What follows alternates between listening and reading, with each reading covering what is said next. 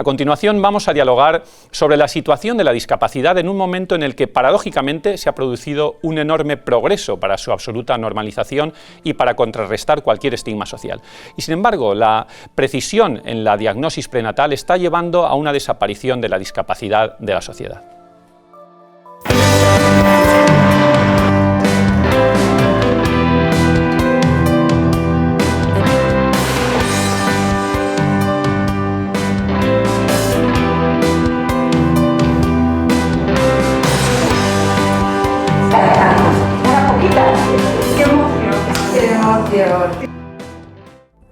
Pues de todas estas paradojas hablaremos esta noche con dos grandes especialistas, pero también con dos amigos. Almudena Martorell, presidenta de la Fundación A la Par. Almudena, buenas noches. Buenas noches, Jesús. Y con Íñigo Allí, estuviste en UPN y fuiste sobre todo el consejero de Política Social del Gobierno de Navarra, impulsor además de esos derechos de las personas con discapacidad, sobre todo el derecho a voto. Íñigo. Así es. Muchísimas gracias, Jesús, por la invitación. Buenas noches.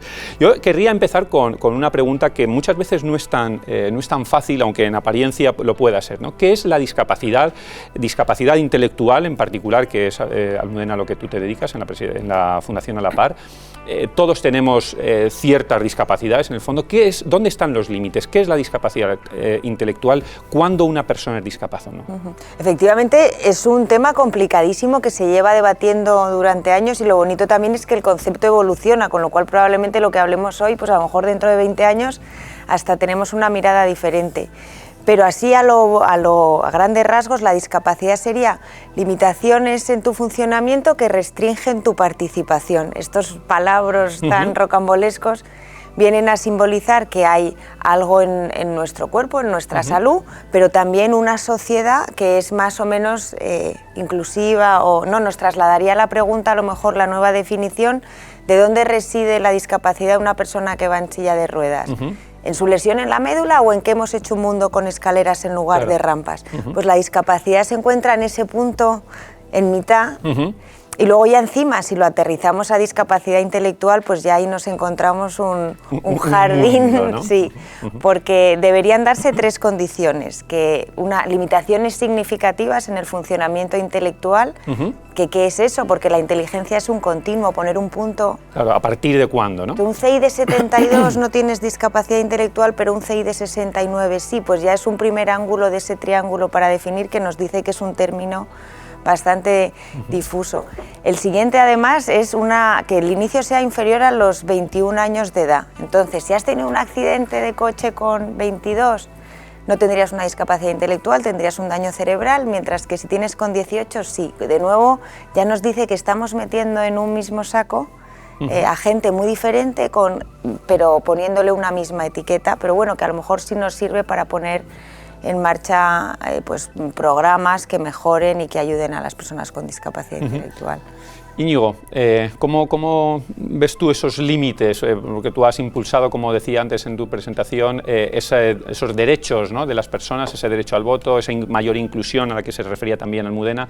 ¿Dónde están esos límites? Bueno, yo creo que es más un tema de marco mental, y me explico. Es decir, si algo trajo la Convención Universal de los Derechos de las Personas con Discapacidad del año 2006, que el Reino de España ratifica 2 años después, en diciembre de 2008, fue el cambio de paradigma del acercamiento a las personas con discapacidad. Es decir, primero son personas y después, como decía muy bien Almudena, su condición, o su creencia, o su ideología, y ese es el gran cambio que la sociedad española todavía está yendo a ese término. Y por tanto, si son personas, antes que su propia condición o sus factores limitantes o las propias barreras, como comentábamos hace un momento, lo relevante en este caso es que si son personas, llevan asociados una dignidad y por tanto tienen asociados una serie de derechos y una serie de obligaciones, ¿no? Por tanto, ese es el gran cambio, insisto, en el que la sociedad española tenemos que andar. Y sobre todo también haciendo referencia a esas personas, ¿no? Ni subnormales ni disminuidos, sino personas con discapacidad, que es como la OMS, el Consejo de Naciones Unidas, el Consejo de Europa hace referencia, ¿no? Personas con discapacidad. No quitemos una realidad ni seamos políticamente correctos también en esto. Muy bien. El derecho al voto, que Íñigo es un gran experto en este asunto por su promoción, llevó consigo también el derecho a ser elegidos. En estas próximas elecciones municipales, cerca de 30 personas con capacidades especiales concurren a las elecciones. Nerea Cuervo, candidata por el Partido Socialista al Ayuntamiento de Tres Cantos, es una de ellas. Es la segunda vez que se presenta, porque la política dice que es una de sus grandes vocaciones desde hace tiempo. En 2019 estuvo en el Parlamento Europeo para defender el derecho al voto de las personas con discapacidad. Vamos a escucharla. Dice que las personas con discapacidad tienen derecho a elegir a sus gobernantes o a ser elegidos por cualquier persona. Por eso hay que hacer prisa para que esto se cumpla en todos los países. Somos personas y somos muy capaces. Nerea, buenas noches. No sé si estamos contigo. Sí, buenas noches. Perdona que es la tercera vez que me presento. Es la tercera vez que te presentas. Muy bien, Sí, muy bien. es la tercera vez que me presento, Muy sí. bien, pues perdona, porque te he dicho la segunda. Nerea, No pasa nada. ¿Y por qué? ¿Por qué quieres presentarte por tercera vez a las elecciones? ¿Qué es lo que te lleva a presentarte a las elecciones? Pues para ver si salgo concejala y echar una mano y ayudar. Uh-huh. Nerea, tú fuiste interventora, ¿verdad? Fuiste interventora en tu partido en unas elecciones. ¿Qué tuviste que hacer para Sí. ser interventora? Pues echar una mano, Uh-huh. echar una mano ¿Sí? y ayudar a esto de las elecciones. ¿Y tuviste que aprender a escribir, por ejemplo? Sí, Uh-huh. ¿Y qué más, qué hacías allí tú como interventora? ¿Cuáles eran tus misiones, tus desempeños? pues apuntar las apuntar cómo van los votos, apuntar los votos, cuántos votos hay, cuántos votos tenemos primero y luego así para saber cuántos votos tenemos. Uh-huh. ¿Y tú acompañas a la gente a votar también? No. No les acompañas, ¿no? Simplemente estás allí en el colegio. ¿Y qué les dices? Sí. Porque tú te presentas por el Partido Socialista, ¿verdad? Sí. ¿Por qué te presentas por el Partido Socialista? Pues, ¿Por qué te gusta el Partido Socialista? Pues que porque yo me gusta el Partido Socialista porque me ha apoyado y me ha ayudado y para estar ahí mis compañeros. Muy bien. ¿Y crees que vas a ganar o no? ¿Tienes oportunidades o no? Bueno, vamos a ver qué pasa. Vamos a ver qué pasa, ¿no? Pues Nerea, te deseo toda la suerte del mundo. Ojalá ojalá salgan bien para ti las Pues elecciones. sí. Bueno, Nerea, adiós, muchísimas gracias. Adiós, adiós. Almudena, en la Fundación A la Par trabajáis todo el tema de la inclusión en una sociedad, como tú al principio decías, una sociedad más abierta, en el ámbito también de las empresas. ¿Cómo está esta cuestión, curiosamente, de las empresas? ¿Están preparadas para esa verdadera inclusión? Ver la evolución, políticas, etcétera. Sí, es impresionante, seguro que Íñigo tú también lo has visto, como nosotros iniciamos la parte de empleo ordinario en empresas en torno a hace 15 años y comenzamos yo personalmente pidiendo favores a amigos, por favor, contrátame a alguien, y colocábamos pues a lo mejor 2 o 3 personas al año. En la actualidad estamos en torno a 200 inserciones al año en empresa ordinaria y gracias a Dios ya no es que yo pida favores, no es una barbaridad, y son las empresas que te llaman y que además han visto pues cómo insertar a una persona con discapacidad intelectual moviliza competencias, la paciencia, el compañerismo, cosas que a lo mejor están dormidas y que saber, y se dan cuenta de verdad, que saber acoger a veces esta diferencia te hace más competitivo. Tú llegas a una empresa en la que todos son iguales y dices, esta empresa no debe ser muy competitiva. Llegas a una donde ves mucha variedad, pues eso mismo ya las empresas lo van captando y ya te digo, hemos pasado de pedir favores a que 200 al año... A que sea al revés, ¿no?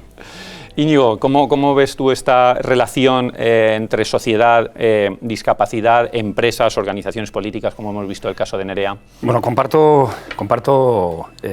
las palabras que dice Almudena. Efectivamente, todavía, somos una sociedad inclusiva, sin duda. Cada vez es menos extraño ver que conviven en sociedad a personas con discapacidad en el ocio, en la cultura, en el deporte y también, lógicamente, en el ámbito de la empresa. O en la política, que me parece que si en España existen 4,7 millones de personas con discapacidad, según el INE, hacia el año 2022, tiene que tener esa misma proporción en las instituciones públicas. Me parece que es un ejemplo el caso de Nerea en este caso, ¿no? Hemos pillado un poco nerviosa a la mujer. Es lógico, es normal, es lógico, en la tele. Absolutamente, es lógico. Creo que el esfuerzo que hace es digno de elogio. En cualquier caso, sí que creo que yo quiero ceñirme a los datos, Jesús. De cada 4 personas con discapacidad en España en la edad laboral, solo trabaja una persona. Por tanto, queda muchísimo... De 4 una. Por tanto, queda muchísimo recorrido para cumplir una ley del año 82 que decía que había que cumplir aquellas empresas que tengan más de 50 empleados, un 2% de su plantilla tengan incluidas a personas con discapacidad. Ni siquiera la Administración Pública lo está cumpliendo en este momento. Por lo tanto, queda mucho recorrido para que efectivamente demos ejemplo y sean personas, que es lo que decimos. ¿Somos uno de los países con mayor inclusión? Sí, sin duda. Es decir, España nos queda mucho recorrido, pero hagamos también un diagnóstico sereno y objetivo, y efectivamente España es uno de los países más avanzados en muchas cuestiones. En España tenemos el mayor empleador, por ejemplo, de personas con discapacidad del mundo, que es Grupo Social 11, con 37.000 personas en el Union, de las cuales el 65% tienen personas con discapacidad. Y como ello, fundaciones como la que dirige A la Par, que es un ejemplo a nivel nacional. Es decir, claro que somos un ejemplo, pero yo insisto, no solamente en el entorno europeo, sino a nivel mundial. Por lo tanto, bienvenido. Ahora bien, queda mucho recorrido, Jesús. Estamos hablando de esa relación entre sociedad, organizaciones más en el ámbito laboral y en el ámbito educativo, en la fase anterior. ¿Es conveniente, qué opináis? ¿Es conveniente que las personas con discapacidad tengan una formación segregada, independiente, que desde el principio haya una inclusión permanente en los colegios ordinarios, por llamarlos de algún modo? ¿Cuál es tu opinión? Bueno, es el debatazo, ¿no? Debate, además, ¿no? Como sabéis, llevamos tiempo con esta...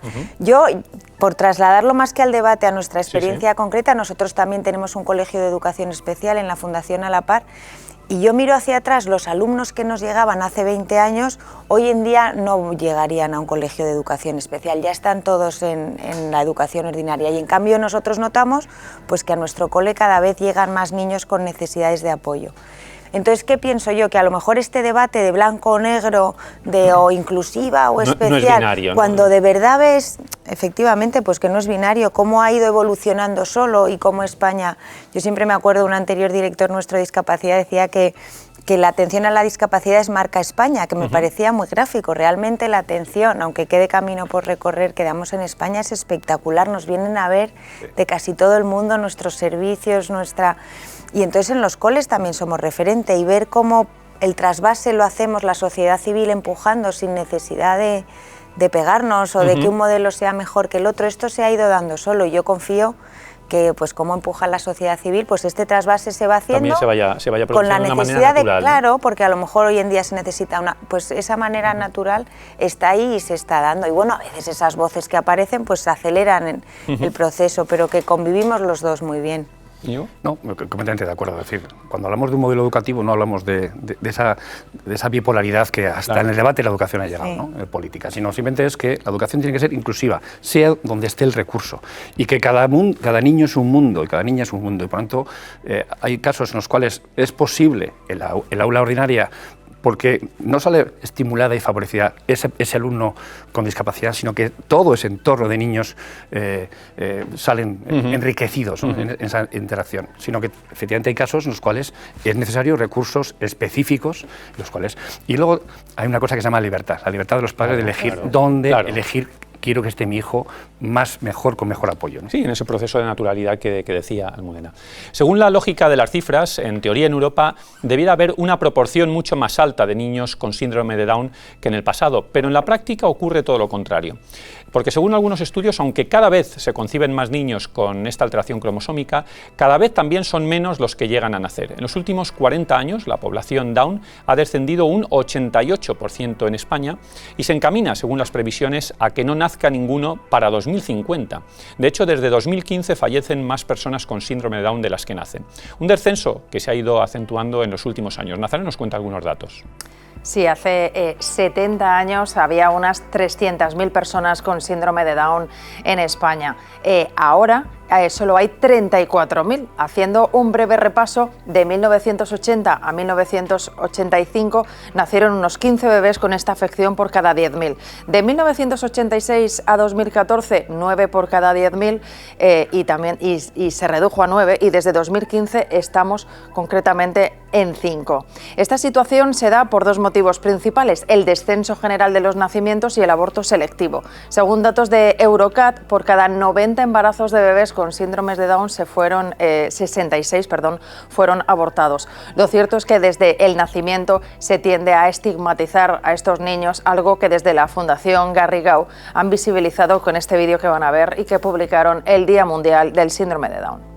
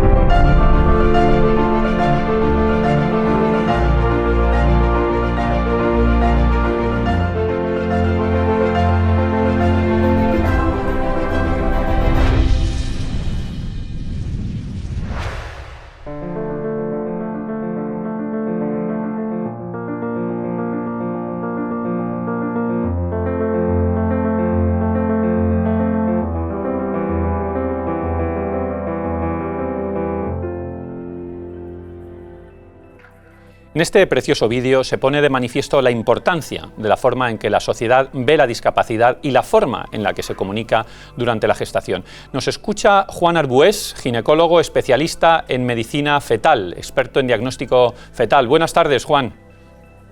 Buenas tardes.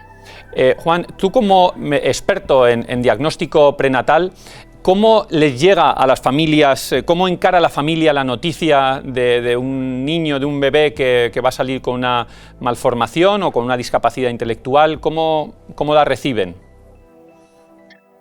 Pues bueno, pues de forma muy variable. Obviamente cuando tenemos que transmitir una mala noticia, pues es algo que va a alterar todo lo que es el objetivo, las expectativas futuras pues, de unos padres, o incluso cuando nos dan a nosotros también una mala noticia, las nuestras propias.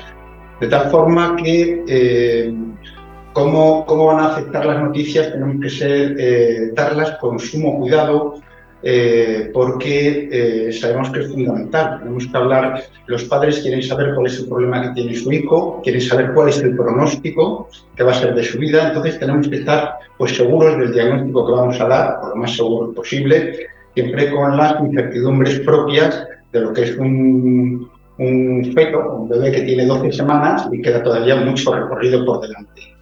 Juan... En cualquier caso, siempre tenemos que hablarles con mucha claridad, hablarles despacio, que entiendan bien todo, no emplear tecnicismos, con mucho respeto, respeto pues, a sus creencias, a sus ideas, a su intimidad, y por supuesto, mientras estamos informando, pues que puedan preguntar, dejarles tiempo para reflexionar, etc. Todas estas noticias, como digo, van a proporcionar, siempre cuando informamos, vamos a ver pues, el llanto, la tristeza, el miedo, incluso pues, la ansiedad de muchas dudas que se plantean en esos momentos al respecto. Te iba a preguntar precisamente sobre eso, la importancia del mensaje, ¿no? La importancia del tono con el que, y de ese mensaje con el que se le da a las familias. ¿Tenéis los médicos, los profesionales, tenéis algún apoyo adicional para canalizar esa comunicación? ¿O cómo se hace? Bueno, pues efectivamente, cada vez más en los congresos pues tratamos de dar conceptos y nociones de cómo transmitir a los padres las malas noticias, porque es fundamental, como digo, porque muchas veces en la semana 20 de embarazo, que es cuando se ven anomalías o malformaciones, vienen padres donde ya se les ha dado un diagnóstico, se les ha hablado de un pronóstico, vienen a por una segunda opinión al hospital y cambiamos ese pronóstico. Lo que era un pronóstico malo, pues le decimos que no, es un pronóstico bueno, incluso bueno, informamos con más profesionales, cardiólogos, en fin, según la patología que tenga el feto. Y muchas veces es muy difícil cambiar esa primera opinión que ya les han dado a los padres, que el pronóstico va a ser malo, porque claro, te preguntan que ya otros médicos les ha podido decir lo contrario, o que si les podemos asegurar algo. Entonces eso pues es complicado. Por eso es muy importante, una vez que se tiene un diagnóstico de cualquier problema, de cualquier malformación, si no se está totalmente seguro, pues derivar al sitio de referencia donde se le pueda dar toda la información apropiada a los padres para pues que sea lo más correcta posible. Y Juan, ¿cuántas familias deciden no continuar con el embarazo y por qué? Hablamos antes unos datos de que parece de que cada vez se decide continuar menos con estos procesos. ¿Cuál es tu opinión? Pues es cierto, porque cada vez el diagnóstico prenatal pues permite diagnosticar esta serie de problemas cada vez más precoces. Es decir, pues hace años la mayor parte de estos niños que nacían, digamos, era un diagnóstico postnatal. Sin embargo, hoy día, a la semana 12 de embarazo, podemos ver un marcador en el cuello de los bebés, que es una colección de líquido, que eso se asocia con muchas enfermedades, más de 150, pueden ser anomalías cromosómicas, cardiopatías, pueden ser problemas de huesos, de infecciones, o incluso puede no ser nada. Esa colección de líquido la hemos tenido todos en la nuca cuando hemos estado dentro de la tripa de nuestra madre, y cuando eso está aumentado, pues nos obliga a investigar a ver si el bebé tiene algún problema o no. A lo mejor tiene aumentado esa colección de líquido, pero luego el bebé no tiene ningún problema, pero ya te obliga a investigar, porque además a mayor grosor la probabilidad de que tenga un problema pues es mayor. Y los diagnósticos precoces, pues la mayor parte de las veces pues los padres pues deciden no continuar con el embarazo. Muy bien, Juan, pues muchísimas gracias por tus aportaciones, y aquí seguimos debatiendo sobre este tema. Gracias, Juan. Muchas gracias. Íñigo, sí, querías comentar. Sí, quería comentar, primero, me parece dramático que la proyección en España en el 2050 deje de existir una población de personas con discapacidad, en este caso con síndrome de Down, ¿no? Me parece dramático y dice muchísimo de esta sociedad. Y luego siento discernir, con todos mis respetos al doctor, pero no es una mala noticia. Yo soy padre de una niña con discapacidad con síndrome de Down. Inés tiene 14 años. No es una mala noticia, es una noticia diferente. Claro que a mi mujer y a mí nos hubiese encantado que nuestra hija Inés fuese la descubridora de la vacuna contra el cáncer o una campeona olímpica. No lo va a ser jamás. Pero el amor que contribuye y lo que sí hicimos mi mujer y yo fue con qué libertad y con qué actitud encarar la vida con ella, ¿no? Fíjate, Jesús, hasta el primer pensamiento que tenemos todas las familias que tenemos un hijo con discapacidad intelectual o con cualquier tipo de discapacidad es qué va a ser de nuestra hija cuando no estemos los padres, los progenitores. Es que el pensamiento ahora es al revés, es qué sería de nosotros si nuestra hija no existiese. No entendemos nuestra vida, y si tuviese que repetir mi vida 10 veces, no entendería mi vida sin una hija con discapacidad. Por lo tanto, ese dramático porcentaje de familias que deciden, de padres, madres, que deciden no continuar porque su hijo viene con alguna anomalía genética, palabra anomalía como que me parece también horrorosa, pero bueno, vamos a llamarlo así. Yo le diría que hay una parte de egoísmo, seguramente, no sé qué porcentaje, pero también muchísimo de desconocimiento.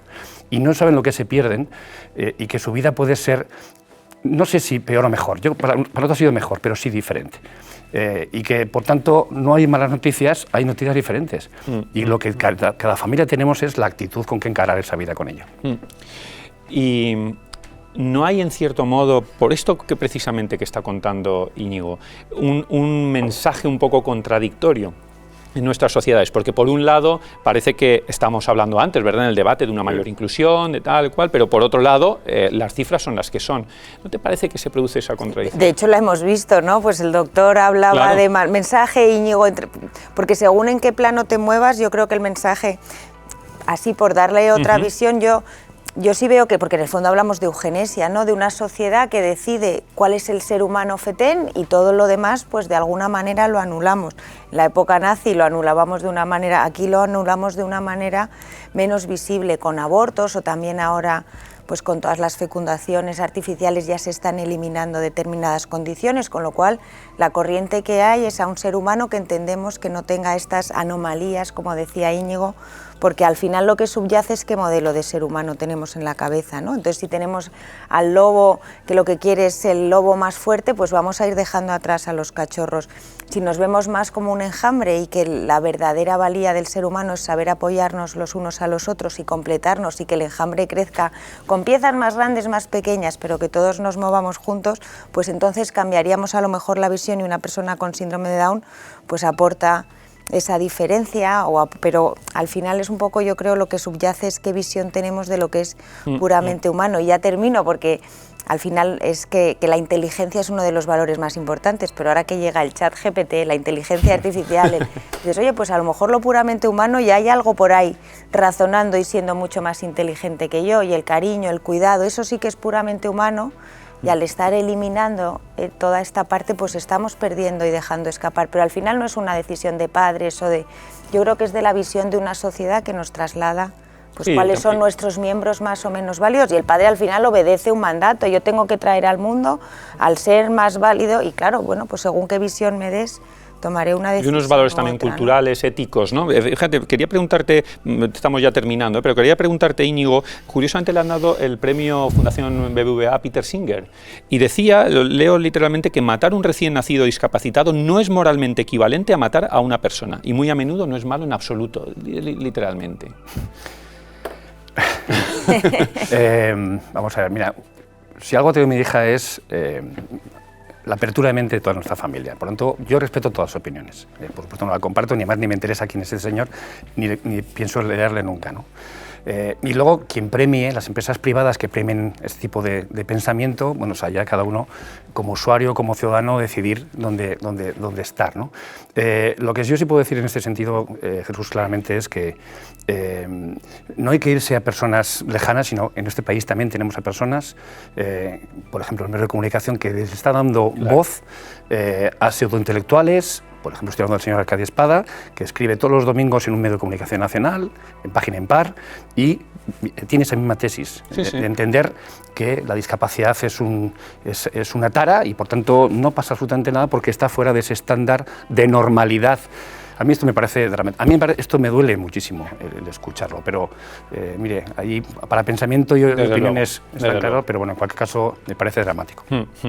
Pues a mí me encantaría poder seguir con esto, me encantaría seguir dando esos mensajes de esperanza que tenemos que seguir dando, y sobre todo que ojalá la noticia del 2050, esos datos del 2050 no se produzcan, y cuando lleguemos, si es que llegamos los que estamos aquí al 2050, pues digamos, nos equivocamos en aquel programa y por fortuna sigue habiendo personas, como tú decías, Íñigo, personas diferentes y personas con noticias, que recibimos noticias diferentes. Muchísimas gracias, Íñigo. A ti, Jesús. Muchísimas gracias, Almudena. Muchas gracias a todos ustedes un día más por seguirnos, y el próximo día continuaremos aquí haciéndonos más preguntas en este espacio, La Gran Pregunta.